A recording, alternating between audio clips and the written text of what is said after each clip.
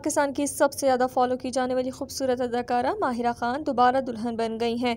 माहिरा खान को पाकिस्तानी ड्रामा और film industry की टॉप अदाकाराओं में शुमार किया जाता है। इसने अपनी खूबसूरत परफॉर्मेंस और शानदार शख्सियत की वजह से लोगों के दिल जीत लिए हैं और इसमें कोई शक नहीं कि वो हर किस्म का किरदार बड़ी महारत और आसानी के साथ अदा करती हैं। 36 साल पाकिस्तानी अदाकारा और मॉडल माहिरा खान अपनी ज़िंदगी में एक बार तलाक ले चुकी हैं और उनके पहले शौहर से 9 साल बेटा है। अदाकारा ने अपने पहले शौहर से अचानक तलाक की वजह अपने मद्दाहों के साथ कभी शेयर नहीं की। ताहम गुज़िश्ता 6 सालों से माहिरा खान ने दोबारा शादी नहीं की, लेकिन कुछ का कहना है कि इसकी मंगनी बिजनेसमैन सलीम करीम से हुई है।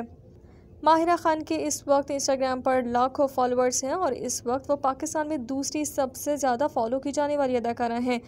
दूसरी तरफ उन चंद पाकिस्तानी अदाकाराओं में से हैं जो बॉलीवुड फिल्मों में मरकज़ी किरदार अदा करने के लिए भारत गई हैं और इसने अपनी भारतीय फिल्मी कैरियर का आगाज़ शाहरुख खान के साथ किया।